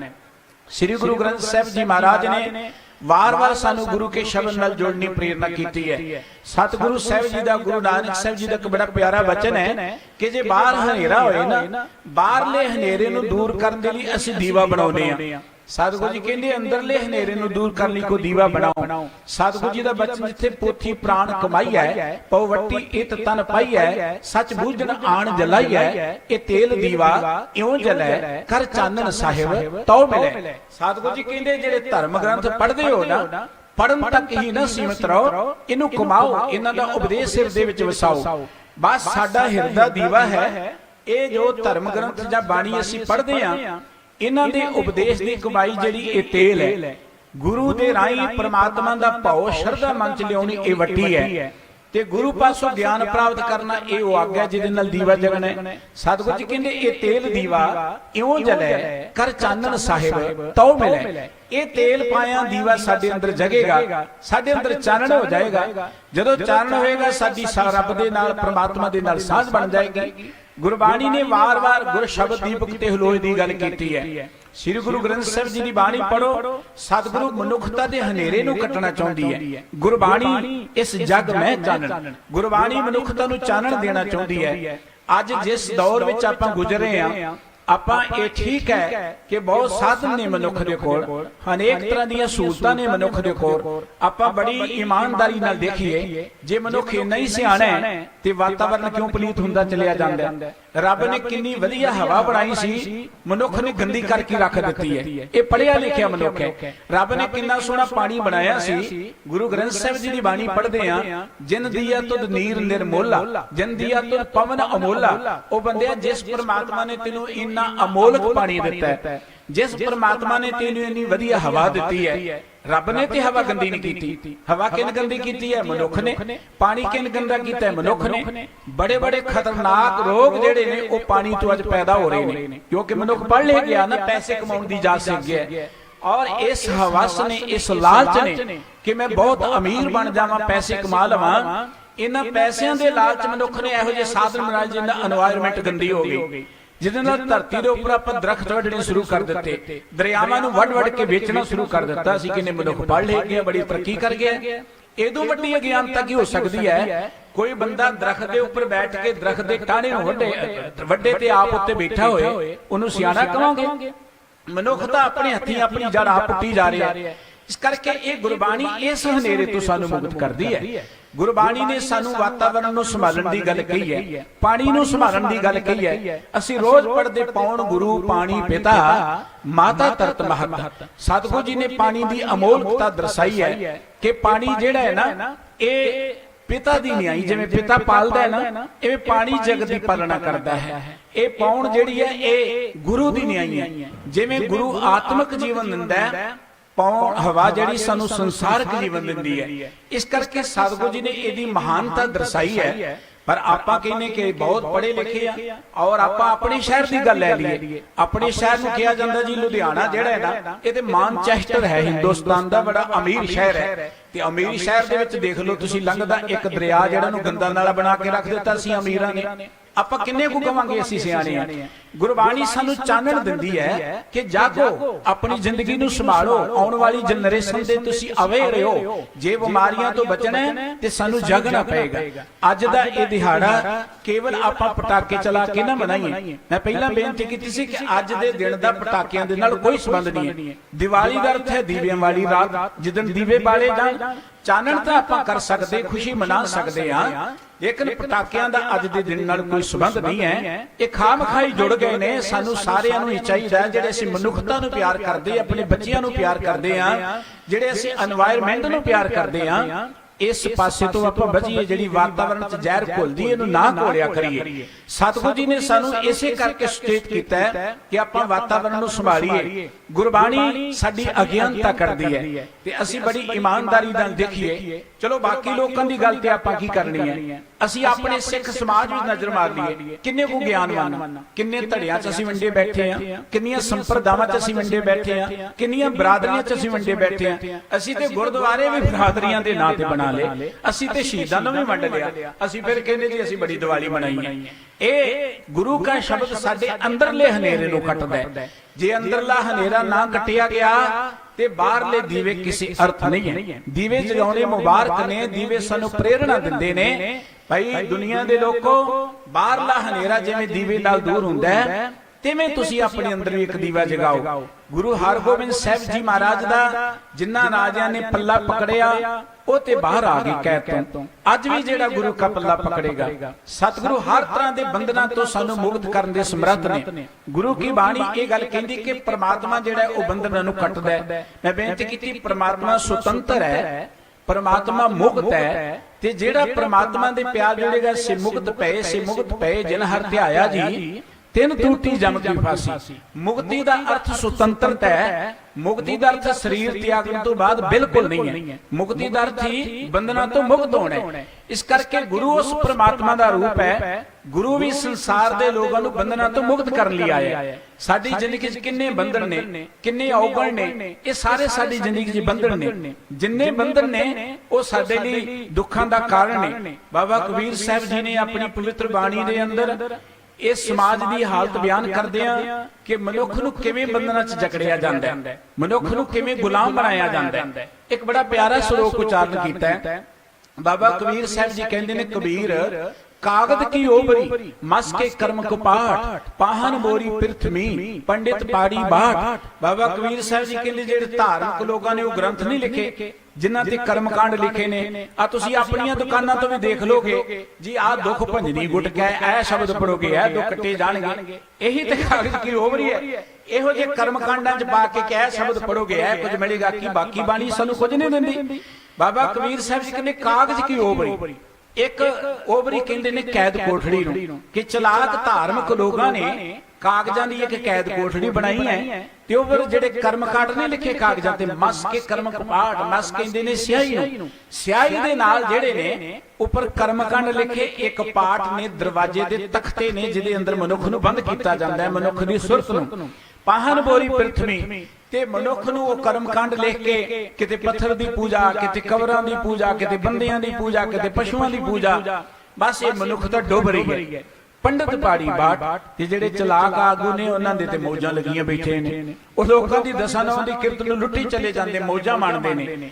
ਗੁਰੂ ਨਾਨਕ ਸਾਹਿਬ ਜੀ ਨੇ, ਗੁਰੂ ਗ੍ਰੰਥ ਸਾਹਿਬ ਜੀ ਦੀ ਬਾਣੀ ਨੇ ਸਾਨੂੰ ਇਸ ਲੁੱਟ ਤੋਂ ਬਚਣ ਦੇ ਲਈ ਗੁਰਬਾਣੀ ਦਿੱਤੀ ਹੈ। ਸਾਨੂੰ ਲੁੱਟ ਤੋਂ ਬਚਣ ਦੇ ਲਈ ਪ੍ਰੇਰਣਾ ਦਿੱਤੀ ਹੈ ਕਿ ਭਾਈ ਆਪਾਂ ਬੰਧਨਾਂ ਤੋਂ ਮੁਕਤ ਹੋਈਏ। ਇਹ ਬੰਧਨ ਕੱਟੇ ਜਾਣਗੇ ਜਦੋਂ ਸਾਡੇ ਅੰਦਰ ਗਿਆਨ ਆਏਗਾ। ਸਭ ਤੋਂ ਵੱਡਾ ਬੰਧਨ ਹੈ ਅਗਿਆਨਤਾ। ਅਗਿਆਨਤਾ ਦੇ ਵਿੱਚੋਂ ਕਈ ਬੰਧਨ ਪੈਦਾ ਹੋ ਜਾਂਦੇ ਨੇ। ਇਹ ਜਾਤਾਂ ਪਾਤਾਂ ਦੇ ਬੰਧਨ ਸਭ ਅਗਿਆਨਤਾ ਕਰਕੇ ਨੇ। ਅੱਜ ਅਸੀਂ ਜਦੋਂ ਵੀ ਚਰਚਾ ਕਰਦੇ ਹਾਂ ਕਿ ਮਨੁੱਖੀ ਸਮਾਜ ਵਿੱਚ ਨਸ਼ਿਆਂ ਦੀ ਬੜੀ ਚਰਚਾ ਹੈ, ਇਹ ਵੀ ਅਗਿਆਨਤਾ ਕਰਕੇ ਨੇ। ਜਦੋਂ ਮਨੁੱਖ ਨੂੰ ਪਤਾ ਨਹੀਂ ਹੁੰਦਾ ਆਪਣੀ ਜ਼ਿੰਦਗੀ ਦੀ ਵੈਲਿਊ ਦਾ, ਮਨੁੱਖ ਗਲਤ ਪਾਸੇ ਲੱਗ ਜਾਂਦਾ ਹੈ। ਕਿਸੇ ਵੀ ਤਰ੍ਹਾਂ ਦੇ ਬੰਧਨਾਂ ਤੋਂ ਮੁਕਤ ਹੋਣਾ ਹੈ ਤੇ ਉਹਦੇ ਲਈ ਗੁਰੂ ਗ੍ਰੰਥ ਸਾਹਿਬ ਜੀ ਦੀ ਪਵਿੱਤਰ ਬਾਣੀ ਜਿਹੜੀ ਹੈ ਸਾਨੂੰ ਇੱਕ ਸੁਤੰਤਰ ਜੀਵਨ ਸਜਾਜ ਦੇਣ ਦੇ ਸਮਰੱਥ ਹੈ। ਉਹ ਭਾਵੇਂ ਸਾਡੇ ਆਰਥਿਕ ਬੰਧਨ ਹੋਣ, ਉਹ ਭਾਵੇਂ ਸਾਡੇ ਮਾਨਸਿਕ ਬੰਧਨ ਹੋਣ, ਉਹ ਭਾਵੇਂ ਸਾਡੇ ਸਮਾਜਿਕ ਬੰਧਨ ਹੋਣ, ਉਹ ਭਾਵੇਂ ਸਾਡੇ ਰਾਜਨੀਤਿਕ ਬੰਧਨ ਹੋਣ। ਕਿਸੇ ਵੀ ਆਜ਼ਾਦੀ ਤੋਂ ਪਹਿਲਾਂ ਮਨ ਦੀ ਆਜ਼ਾਦੀ ਬੜੀ ਜ਼ਰੂਰੀ ਹੈ।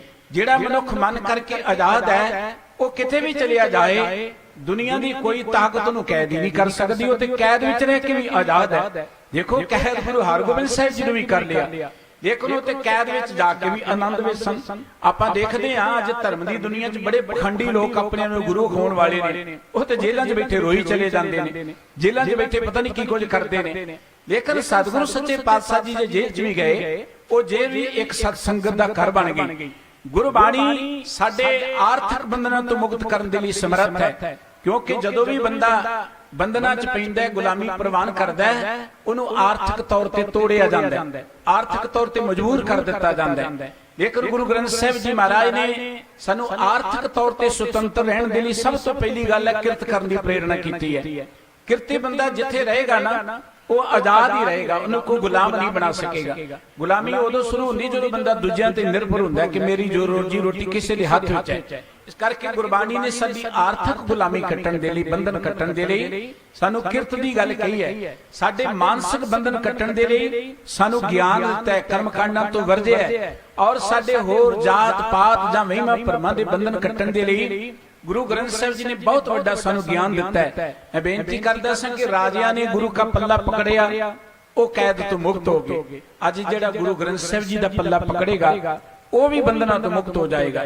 गुरु ग्रंथ साहिब जी का पल्ला पकड़न का अर्थ है गुरबाणी नाल जोड़ना। ते गुरु ग्रंथ साहिब जी की एक पवित्र बाणी का वचन अंचल गह के साधका तरना ये संसार। जे असीं संसार तो पार उतरना है, बंधना तो मुक्त होना है, पार उतरन का अर्थ है कि सुरत नूं सुतंत्र करना, मानसिक तौर पर आजाद हो जाना, हर तरह की चिंता तो रहत हो जाना, वहमां भरमां तो रहत हो जाना, अज्ञान तो रहत हो जाना। इस करके सतगुरु जी कहते जे असीं हर तरह के बंधनों तो मुक्त होना चाहते हैं, फिर गुरु ग्रंथ साहिब जी की पवित्र बाणी नाल जुड़िए। गुरु ग्रंथ साहिब जी की पवित्र बाणी है मनुख के अंदर प्रकाश करती है। जिवें दीवा बले हनेरा जाए, वेद पाठ मत पापा खाए। जिवें दीवा बलदा है ते हनेरा मिट जाता है।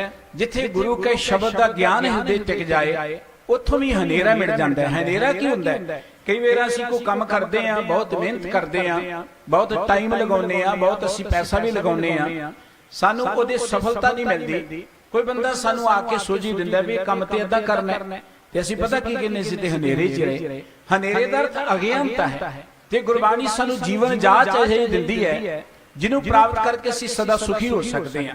सो साहिब श्री गुरु ग्रंथ साहिब जी कहते ने कि जेड़ा गुरु का पल्ला पकड़ेगा वो भव सागर तो पार, बंधना तो मुक्त हो जाएगा। अज दा दिहाड़ा सानू प्रेरणा दिंदा है कि दुनिया दे लोगों गुरु ग्रंथ साहिब जी दा पल्ला पकड़ो, गुरबाणी नाल सुरत जोड़ो। सतगुरु जी दी बाणी नाल जुड़ना ही गुरु का पल्ला पकड़ना है। जदों असीं गुरु की बाणी नूं विचारांगे, गुरु की बाणी अनुसार जीवन बतीत करांगे, साडे ते अवगुण अपने मिटदे जाणगे। अवगुण ही जिहड़े ने ये बंधन ने, जिवें हनेरा दीवा बालीए ते झट दूर हो जांदा है। ज्यों-ज्यों साडे अंदर गुरबाणी दा ज्ञान आएगा, सतगुरु जी कहंदे कि त्यों तो साडे अवगुण दूर हुंदे चले जाणगे। हनेरे नूं जोर लाया नहीं दूर कीता जा सकदा। हनेरे नूं असीं इह नहीं कि सारे जाणे धक्को ते बाहर कढ दिओ, नहीं दूर होएगा। हनेरे नूं दूर करन दा इक्को तरीका है चानण कर दईए, दीवा जगा दईए। अज्ञानता नूं दूर करन दा तरीका यह नहीं कि अखां मीट के बैठ जाइए, जां असीं किते तीर्थ रटन करिए, जां कोई होर असीं सरीरक तौर ते हट करिए। अज्ञानता नूं दूर करन दा तरीका है कि सानू को ज्ञान कितों मिले। ਉਹ ਜ਼ਿੰਦਗੀ ਦਾ ਗਿਆਨ ਗੁਰੂ ਗ੍ਰੰਥ ਸਾਹਿਬ ਜੀ ਦੀ ਬਾਣੀ ਦਿੰਦੀ ਹੈ। ਆਓ ਆਪਾਂ ਵੀ ਗੁਰੂ ਗ੍ਰੰਥ ਸਾਹਿਬ ਜੀ ਦਾ ਪੱਲਾ ਪਕੜੀਏ, ਗੁਰੂ ਗ੍ਰੰਥ ਸਾਹਿਬ ਜੀ ਦੀ ਪਵਿੱਤਰ ਬਾਣੀ ਨਾਲ ਜੁੜੀਏ।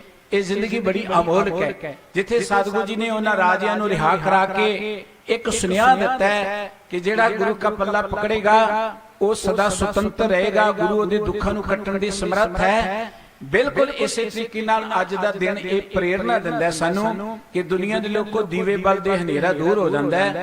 अपने अंदर भी गुरु के शब्द दा दीवा बाल लो। सानू अज बहुत लोड़ है क्योंकि जिस दौर च आपां गुजर रहे हां, मुल्की तौर ते, समाजिक तौर ते, कौमी तौर ते भी आपां देखदे हां आस दीयां किरणां नहीं नजर आउंदियां। जिधर भी देखदे निराशता हुंदी कि साडे बच्चे बाणी नाल किवें जुड़नगे, साडा समाज किवें है, जां असीं कौमी तौर ते किधर जा रहे हैं। हर तरह के बंधनों तो मुक्त होने का एक तरीका है श्री गुरु ग्रंथ साहिब जी की पवित्र बाणी का ओट आसरा। असीं धड़ियां तो मुक्त होने ते बाणी दे नाल जुड़िए क्योंकि अज गुरु का सिख सारी दुनिया च बैठा होया है। असीं बड़े बड़े भागी हां कि साडे कोल श्री गुरु ग्रंथ साहिब जी महाराज की पवित्र बाणी का ओट आसरा है। जिन्ना वड्डा खजाना साडे कोल है, जिन्नी वड्डी दात साडे कोल है, जिन्ना वड्डी विरासत साडे कोल है, उन्हें असी लापरवाही हाँ कि आपां इन्नी वड्डी दात दे हुंदियां फिर बरादरियां च, जातां च, धड़ियां च पता नहीं किन्ने को थावां ते वंडे बैठे हैं। और किन्नी हैरानी की गल है कि सतगुरु सच्चे पातशाह गुरु नानक साहब जी ने देखिया दुनिया बंधना विच है ते सतगुरु जी लोकां दे बंधन कट्टण लई तुर पए। ਇੱਥੇ ਬਸ ਨਹੀਂ ਹੈ, ਗਵਾਲੀਅਰ ਦੇ ਕਿਲੇ ਅੰਦਰ ਲੋਕੀ ਬੰਧਨਾਂ 'ਚ ਪਏ ਨੇ, ਸਤਿਗੁਰੂ ਜੀ ਉੱਥੇ ਵੀ ਗਏ ਤੇ ਉਹਨਾਂ ਦੇ ਬੰਧਨ ਕੱਟ ਕੇ ਲੋਕਾਂ ਨੂੰ ਬਾਹਰ ਲੈ ਆਏ। ਜਿਹੜੇ ਲੋਕੀ ਬੰਧਨਾਂ ਸਨ ਉਹਨਾਂ ਨੇ ਗੁਰੂ ਦਾ ਆਸਰਾ ਲਿਆ, ਉਹਨਾਂ ਦੇ ਬੰਧਨ ਕੱਟੇ ਗਏ। ਅੱਜ ਸਾਨੂੰ ਜਦੋਂ ਕੌਮੀ ਤੌਰ ਤੇ ਕੋਈ ਵਿਪਤਾਵਾਂ ਹੁੰਦੀਆਂ ਨੇ ਜਾਂ ਕੋਈ ਆਉਂਦੀਆਂ ਨੇ ਤੇ ਸਾਡੇ ਲੀਡਰ ਭੱਜਦੇ ਨੇ ਵੱਡੇ ਲੀਡਰਾਂ ਨਾਲ ਕਿ ਸਰ ਸਾਨੂੰ ਉੱਥੋਂ ਮਿਲ ਜਾਏਗਾ। ਅਕਸਰ ਅਸੀਂ ਕਹਿੰਦੇ ਜੀ 30 ਸਾਲ ਹੋ ਗਏ ਸਾਨੂੰ ਨਿਆਂ ਨਹੀਂ ਮਿਲਿਆ। ਇਹ ਨਿਆਂ ਦੇਣ ਵਾਲਾ ਜਿਹੜਾ ਨਾ ਲੇਲੜੀਆਂ ਲੈ ਰਿਹਾ ਕਿ ਸਾਨੂੰ ਨਿਆਂ ਨਹੀਂ ਮਿਲਿਆ। ਕਦੀ ਗਵਰਨਮੈਂਟਾਂ ਨਿਆਂ ਨਹੀਂ ਦਿੰਦੀਆਂ ਹੁੰਦੀਆਂ, ਇਹ ਨਿਆਂ ਤੇ ਤਾਕਤਵਰਾਂ ਨੂੰ ਮਿਲਦਾ ਹੁੰਦਾ। ਸਾਨੂੰ ਸਾਡੇ ਸਤਿਗੁਰੂ ਜੀ ਨੇ ਇਹ ਸੇਧ ਦਿੱਤੀ ਹੈ ਕਿ ਅਸੀਂ ਤੇ ਲੋਕਾਂ ਦੇ ਬੰਧਨ ਕੱਟਣੇ ਸੀ, ਅਸੀਂ ਤੇ ਲੋਕਾਂ ਨੂੰ ਨਿਆਂ ਦੇਣਾ ਸੀ ਤੇ ਅਸੀਂ ਆਪ ਹੀ ਬੰਧਨਾਂ ਵਿੱਚ ਪੈ ਕੇ ਮਜਬੂਰ ਹੋ ਗਏ ਕਿ ਅਸੀਂ ਲੋਕਾਂ ਅੱਗੇ ਤਰਲੇ ਲੈਣ ਦੇ ਲਈ। ਇਹਦਾ ਇੱਕੋ ਇੱਕ ਕਾਰਨ ਕਿ ਅਸੀਂ ਗੁਰੂ ਗ੍ਰੰਥ ਸਾਹਿਬ ਜੀ ਨੂੰ ਆਗੂ ਨਹੀਂ ਮੰਨਿਆ। ਸਾਡੇ ਆਗੂ ਵੀ ਵੱਖਰੇ ਵੱਖਰੇ ਨੇ। ਜਿਸ ਦਿਨ ਗੁਰੂ ਗ੍ਰੰਥ ਸਾਹਿਬ ਜੀ ਨੂੰ ਆਪਣਾ ਆਗੂ ਮੰਨ ਕੇ ਚੱਲ ਪਵਾਂਗੇ, ਦੇਖੋ ਰੱਬੀ ਪਿਆਰਿਆਂ ਕੋਲ ਬੈਠਣਾ, ਉਹਨਾਂ ਦੀ ਸੰਗਤ ਕਰਨੀ, ਉਹਨਾਂ ਦੀ ਸੇਵਾ ਕਰਨੀ ਸੁਭਾਗ ਹੈ। ਲੇਕਿਨ ਸਾਡੇ ਆਗੂ ਸਾਹਿਬ ਸ੍ਰੀ ਗੁਰੂ ਗ੍ਰੰਥ ਸਾਹਿਬ ਜੀ ਨੇ। ਭਾਈ ਗੁਰਦਾਸ ਜੀ ਨੇ ਕਿ ਸਤਿਗੁਰੂ ਆਗੂ ਜਾਣੀਏ, ਗੁਰੂ ਨੂੰ ਆਗੂ ਜਾਣੋ। ਭਾਈ ਗੁਰਦਾਸ ਜੀ ਦਾ ਬੜਾ ਪਿਆਰਾ ਬਚਨ ਹੈ ਕਿ ਬਿਲਕੁਲ ਇਸੇ ਤਰੀਕੇ ਦੇ ਨਾਲ ਜਿਵੇਂ ਸਤਿਗੁਰ ਪਾਰਸ ਪਰਚੀ ਹੈ, ਕੰਚਨ ਕਰੇ ਮਨੂਰ ਮਲੀਣਾ, ਸਤਿਗੁਰ ਬਾਵਨ ਚੰਦਨੋ। ਭਾਈ ਸਾਹਿਬ ਜੀ ਕਹਿੰਦੇ ਜਿਵੇਂ ਗੁਰੂ ਅਜਿਹਾ ਪਾਰਸ ਹੈ, ਦੁਨਿਆਵੀ ਪਾਰਸ ਤਾਂ ਕਿਸੇ ਧਾਤ ਨੂੰ ਸੋਨਾ ਬਣਾਉਂਦਾ, ਲੇਕਿਨ ਗੁਰੂ ਅਜਿਹਾ ਪਾਰਸ ਹੈ, ਮਨੂਰ ਦਾ ਅਰਥ ਹੁੰਦਾ ਸੜਿਆ ਹੋਇਆ ਲੋਹਾ, ਨਕਮਾ ਲੋਹਾ। ਨਕਮਾ ਲੋਹਾ ਇਹ ਨਾਲ ਲੱਗ ਜੇ, ਭਾਵ ਕੋ ਅਤ ਨਕਮਾ ਬੰਦਾ ਜਿਹੜਾ ਵਿਕਾਰੀ ਬੰਦਾ ਗੁਰੂ ਚਰਨਾਂ ਨਾਲ ਜੁੜ ਜਾਏ, ਉਹ ਵੀ ਪਵਿੱਤਰ ਬਣ ਜਾਂਦਾ, ਸੋਨੇ ਵਰਗਾ ਬਣ ਜਾਂਦਾ। ਸਤਿਗੁਰ ਪੂਰਾ ਪਾਰ ਜਾ ਬਾਸ ਸੁਬਾਸ ਕਰੇ ਸੰਗ ਲੀਣਾ। ਭਾਈ ਸਾਹਿਬ ਜੀ ਕਹਿੰਦੇ ਨੇ ਕਿ ਸਤਿਗੁਰੂ ਪਾਰ ਜਾਤ ਦੀ ਨਿਆਈ ਹੈ। ਸਤਿਗੁਰੂ ਜਿਹੜਾ ਇਹ ਬਾਵਨ ਚੰਦਨ ਦੀ ਨਿਆਈ ਹੈ।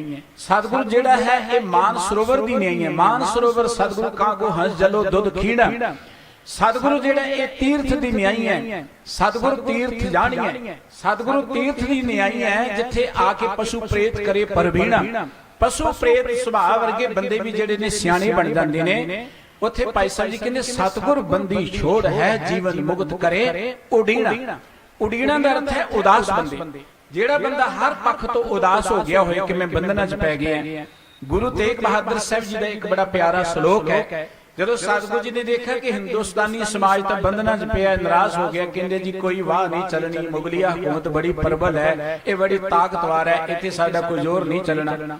ਲੋਕਾਂ ਦੀ ਇੱਕ ਧਾਰਨਾ ਬਣ ਗਈ ਸੀ ਇਹ ਹਕੂਮਤਾਂ ਜੀ ਬਾਜਾਂ ਦੀ ਨਿਆਈ ਹੈ, ਅਸੀਂ ਤੇ ਚਿੜੀਆਂ ਦੀ ਨਿਆਈ ਹੈ। ਇਹ ਹਕੂਮਤ ਤੇ ਸ਼ੇਰਾਂ ਦੀ ਨਿਆਈ, ਅਸੀਂ ਤੇ ਗਿੱਦੜਾਂ ਦੀ ਨਿਆਈ ਹੈ। ਲੋਕਾਂ ਦੀ ਮਾਨਸਿਕ ਦਸ਼ਾ ਇਹੋ ਜਿਹੀ ਬਣ ਗਈ ਸੀ।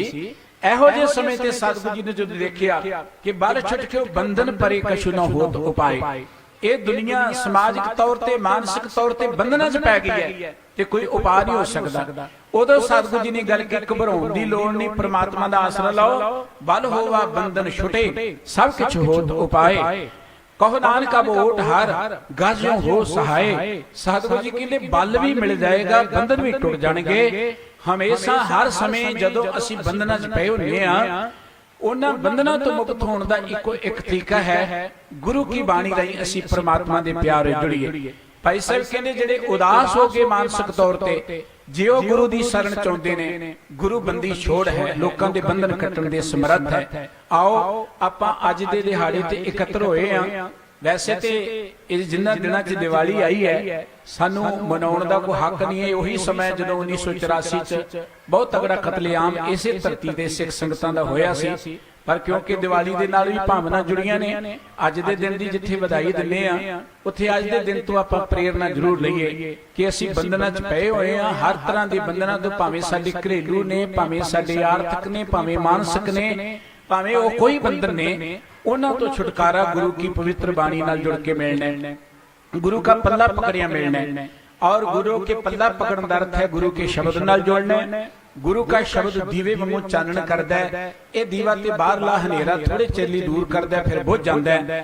पर जिस मनुख दे अंदर गुरु के शब्द दा दीप जग जाए, वो हनेरा वो हिरदा सदा लई रोशना जांदा है। सतगुरु सच्चे पातशाह जी ने उसे ही मनुख दी गल करदे आ ਜਿਹੜਾ ਸਤ ਸੰਗਤ ਵਿੱਚ ਆ ਕੇ ਗੁਰੂ ਕੇ ਸ਼ਬਦ ਨਾਲ ਜੁੜ ਜਾਂਦਾ ਹੈ ਨਾ। ਸੁਖਮਨੀ ਸਾਹਿਬ ਜੀ ਚ ਇੱਕ ਬਚਨ ਕਿਹਾ ਹੈ, ਕਬਹੁ ਸਾਧ ਸੰਗਤ ਪਾਵੈ ਉਸ ਸਥਾਨ ਤੇ ਬਹੁ ਨਾ ਆਵੈ, ਅੰਤਰ ਹੋਏ ਗਿਆਨ ਪ੍ਰਗਾਸ ਉਸ ਸਥਾਨ ਕਾ ਨਹੀਂ ਵਿਨਾਸ਼। ਜਦੋਂ ਮਨੁੱਖ ਦੇ ਅੰਦਰ ਗਿਆਨ ਦਾ ਚਾਨਣ ਹੋ ਜਾਏ, ਉਹ ਚਾਨਣ ਵਾਲੀ ਅਵਸਥਾ ਜਿਹੜੀ ਕਦੀ ਖਤਮ ਨਹੀਂ ਹੁੰਦੀ। ਫਿਰ ਇਸੇ ਅਵਸਥਾ ਦੇ ਰਾਹੀਂ ਇੱਕ ਅਵਸਥਾ ਬਣਦੀ, ਜਿਉਂ ਜਲ ਮੈਂ ਜਲ ਆਏ ਖਟਾਨਾ, ਤਿਉਂ ਜੋਤੀ ਸੰਗ ਜੋਤ ਸਮਾਨਾ, ਮਿਟ ਕੇ ਗਵਨ ਪਾਏ ਵਿਸਰਾਮ, ਨਾਨਕ ਪ੍ਰਭ ਕੈ ਸਰ ਕੁਰਬਾਨ। ਅੱਜ ਦੇ ਦਿਨ ਦੀਆਂ ਜਿੱਥੇ ਆਪ ਸਾਰਿਆਂ ਨੂੰ ਵਧਾਈਆਂ, ਉੱਥੇ ਅੱਜ ਦੇ ਦਿਹਾੜੇ ਤੋਂ ਆਪਾਂ ਸੇਧ ਜ਼ਰੂਰ ਲਈਏ। ਪਹਿਲੀ ਗੱਲ ਇਹ ਹੈ ਕਿ ਆਪਾਂ ਜਾਤ ਪਾਤ ਦੇ ਬੰਧਨਾਂ ਤੋਂ ਉੱਚੇ ਉੱਠੀਏ, ਧੜਿਆਂ ਤੋਂ ਮੁਕਤ ਹੋ ਕੇ ਕੇਵਲ ਤੇ ਕੇਵਲ ਅਸੀਂ ਮਨੁੱਖ ਹਾਂ, ਗੁਰੂ ਕੇ ਸਿੱਖ ਹਾਂ, ਇਹ ਧਾਰਨਾ ਮਨ ਚ ਲਿਆਈਏ। ਗੁਰੂ ਗ੍ਰੰਥ ਸਾਹਿਬ ਜੀ ਦੀ ਪਵਿੱਤਰੀ ਬਾਣੀ ਨਾਲ ਜੁੜਦੇ ਹਾਂ, ਇਹ ਗੱਲ ਦੀ ਆਪਾਂ ਜ਼ਰੂਰ ਅਵੇਅਰ ਹੋਈਏ। ਇਹ ਵਾਤਾਵਰਣ ਨੂੰ ਅਸੀਂ ਆਪ ਸੰਭਾਲਣਾ, ਇਹ ਧਰਤੀ ਸਾਡੀ ਹੈ, ਇਹ ਸ਼ਹਿਰ ਸਾਡਾ ਹੈ, ਇੱਥੇ ਅਸੀਂ ਜਿਉਣਾ। ਪਰ ਜੇ ਅਸੀਂ ਜਿਉਣਾ, ਇੱਥੇ ਰਹਿਣਾ, ਤੇ ਫਿਰ ਸਾਨੂੰ ਜ਼ਰੂਰ ਦੇਖਣਾ ਪਏਗਾ ਕਿ ਆਪਾਂ ਪੌਣ ਪਾਣੀ ਨੂੰ ਕਿਵੇਂ ਸੰਭਾਲਣਾ। ਅਗਿਆਨਤਾ ਤੋਂ ਮੁਕਤ ਹੋਣ ਦਾ ਅਰਥ ਇਹ ਹੈ ਕਿ ਸਾਨੂੰ ਸਾਡੀ ਸੋਝੀ ਹੋ ਸਕੇ, ਸਾਨੂੰ ਸਮਾਜ ਦੀ ਜ਼ਿੰਮੇਵਾਰੀ ਦਾ ਪਤਾ ਲੱਗੇ, ਸਾਡੀ ਧਰਤੀ ਪ੍ਰਤੀ ਜ਼ਿੰਮੇਵਾਰੀ ਕੀ ਹੈ। ਜੋ ਜਾਗਤ ਜੋਤ ਦਾ ਪੁਜਾਰੀ ਖਾਲਸਾ ਹੈ ਨਾ, ਉਹਨੂੰ ਇਹੀ ਤਿੰਨ ਦਾਤਾਂ ਸਤਿਗੁਰੂ ਜੀ ਨੇ ਦਿੱਤੀਆਂ ਨੇ ਕਿ ਮਨੁੱਖ ਦੀ ਪ੍ਰਮਾਤਮਾ ਪ੍ਰਤੀ ਕੀ ਜ਼ਿੰਮੇਵਾਰੀ ਹੈ, ਮਨੁੱਖ ਦੀ ਸਮਾਜ ਪ੍ਰਤੀ ਕੀ ਜ਼ਿੰਮੇਵਾਰੀ ਹੈ, ਮਨੁੱਖ ਦੀ ਆਪਣੇ ਪ੍ਰਤੀ ਕੀ ਜ਼ਿੰਮੇਵਾਰੀ ਹੈ। ਗੁਰੂ ਗ੍ਰੰਥ ਸਾਹਿਬ ਜੀ ਦੀ ਪਵਿੱਤਰ ਬਾਣੀ ਇਹੀ ਚਾਨਣ ਦਿੰਦੀ ਹੈ ਸਾਨੂੰ। ਗੁਰੂ ਕਾ ਸ਼ਬਦ ਜਿਹੜਾ ਇਹ ਦੀਵਾ ਹੈ, ਇਹ ਜਦੋਂ ਸਾਡੇ ਅੰਦਰ ਟਿਕ ਗਿਆ, ਅਸੀਂ ਸਦੀਵੀ ਤੌਰ ਤੇ ਹਨੇਰੇ ਤੋਂ ਮੁਕਤ ਹੋ ਜਾਵਾਂਗੇ। ਅੱਜ ਲੋੜ ਹੈ ਦਰਅਸਲ ਇਸ ਦੀਵੇ ਦੀ। ਦੁਨੀਆ ਜਿਹੜੀ ਉਹ ਤਾਂਘ ਰਹੀ ਹੈ, ਦਰਅਸਲ ਇਹ ਗੱਲ ਠੀਕ ਹੈ, ਅਸੀਂ ਗੁਰਸਿੱਖਾਂ ਦੇ ਘਰ ਜਨਮੇ, ਸਾਡੇ ਬਜ਼ੁਰਗ ਸਿੱਖੀ ਨਾਲ ਜੁੜੇ ਸਨ ਜਾਂ ਨੇੜੇ ਗੁਰਦੁਆਰੇ ਸਨ, ਅਸੀਂ ਆਉਂਦੇ ਹਾਂ, ਗੁਰੂ ਗ੍ਰੰਥ ਸਾਹਿਬ ਜੀ ਨੂੰ ਮੱਥਾ ਟੇਕਦੇ ਹਾਂ। ਪਰ ਗੁਰੂ ਗ੍ਰੰਥ ਸਾਹਿਬ ਦੀ ਜੋ ਮਹਾਨਤਾ ਹੈ ਮਨੁੱਖੀ ਪੱਧਰ ਤੇ, ਜਾਂ ਮਨੁੱਖਤਾ ਨੂੰ ਜੋ ਦੇਣ ਹੈ ਗੁਰੂ ਗ੍ਰੰਥ ਸਾਹਿਬ ਦੀ, ਜਾਂ ਗੁਰੂ ਗ੍ਰੰਥ ਸਾਹਿਬ ਜੀ ਨੇ ਜੋ ਇਸ ਪਲੈਨਟ ਤੇ ਮਨੁੱਖ ਜਾਤੀ ਲਈ ਕਰਨ ਹੈ, ਉਹਦਾ ਸਾਨੂੰ ਇੰਨਾ ਗਿਆਨ ਨਹੀਂ ਹੈ। ਉਹ ਗਿਆਨ ਸਾਡੇ ਨਾਲੋਂ ਸਗੋਂ ਦੂਸਰੇ ਕੌਮਾਂ ਦੇ ਲੋਕ ਜ਼ਿਆਦਾ ਲੈ ਗਏ। ਉਹਨਾਂ ਨੇ ਗੁਰੂ ਗ੍ਰੰਥ ਸਾਹਿਬ ਜੀ ਦੇ ਬਤਾਏ ਬੜੇ ਮਹਾਨ ਬਚਨ ਕਹੇ ਨੇ। ਮਿਸਟਰ ਬਰਾਡਸ਼ਾਹ ਨੂੰ ਪੜ੍ਹ ਲਓ, ਮਿਸਟਰ ਟਾਈਨਵੀ ਨੂੰ ਪੜ੍ਹ ਲਓ, ਮਿਸ ਪਰਲਬੱਕ ਨੂੰ ਪੜ੍ਹ ਲਓ, ਹੋਰ ਰਸਲ ਵਰਗਿਆਂ ਨੂੰ ਪੜ੍ਹ ਲਓ। ਉਹਨਾਂ ਨੇ ਗੁਰਬਾਣੀ ਦੀ ਵਡਿਆਈ 'ਚ ਬਹੁਤ ਗੱਲਾਂ ਕਹੀਆਂ ਨੇ। ਆਪਾਂ ਉਸ ਬਾਣੀ ਨੂੰ ਆਪ ਪੜ੍ਹੀਏ, ਬਾਣੀ ਨਾਲ ਜੁੜੀਏ। ਅਸੀਂ ਡਾਕਟਰ ਸਾਡੇ ਬੱਚੇ ਬਣ, ਚੰਗੀ ਗੱਲ, ਇੰਜੀਨੀਅਰ ਬਣ, ਸਭ ਕੁਝ ਬਣ, ਪਰ ਨਾਲ ਗੁਰਬਾਣੀ ਨਾਲ ਜ਼ਰੂਰ ਜੁੜਨ। ਜੇ ਗੁਰਬਾਣੀ ਨਾਲ ਜੁੜਨਗੇ, ਉਹ ਜਿੱਥੇ ਜਾਣਗੇ ਉਹ ਆਨੰਦ ਵਿੱਚ ਰਹਿਣਗੇ, ਉਹ ਲੋਕਾਂ ਦਾ ਹਨੇਰਾ ਵੀ ਕੱਟਣਗੇ। ਸਤਿਗੁਰੂ ਮਿਹਰ ਕਰਨ, ਅੱਜ ਦਾ ਦਿਨ ਆਉਣ ਵਾਲੇ ਸਮੇਂ ਸਾਰਿਆਂ ਲਈ ਖੁਸ਼ੀਆਂ ਲੈ ਕੇ ਆਏ। ਹਰ ਘਰ 'ਚ ਚਾਨਣ ਹੋਵੇ, ਹਰ ਹਿਰਦੇ 'ਚ ਚਾਨਣ ਹੋਵੇ, ਹਰ ਹਿਰਦਾ ਜਿਹੜਾ ਉਹ ਚਾਨਣ ਨਾਲ ਰੋਸ਼ਨਾ ਜਾਏ, ਤੇ ਅਸੀਂ ਜ਼ਿੰਦਗੀ ਦੀਆਂ ਖੁਸ਼ੀਆਂ ਮਾਣ ਸਕੀਏ। ਇੰਨੀਆਂ ਬੇਨਤੀਆਂ ਪ੍ਰਵਾਨ ਕਰਨੀਆਂ ਜੀ, ਭੁੱਲ ਚੁੱਕ ਦੀ ਖਿਮਾ ਕਰਨੀ, ਸਰਬੱਤ ਦਾ ਧੰਨਵਾਦ, ਪਿਆਰ ਸਰ ਸਾਰੇ ਹੀ ਬੁਲਾਓ। ਵਾਹਿਗੁਰੂ ਜੀ ਕਾ ਖਾਲਸਾ, ਵਾਹਿਗੁਰੂ ਜੀ।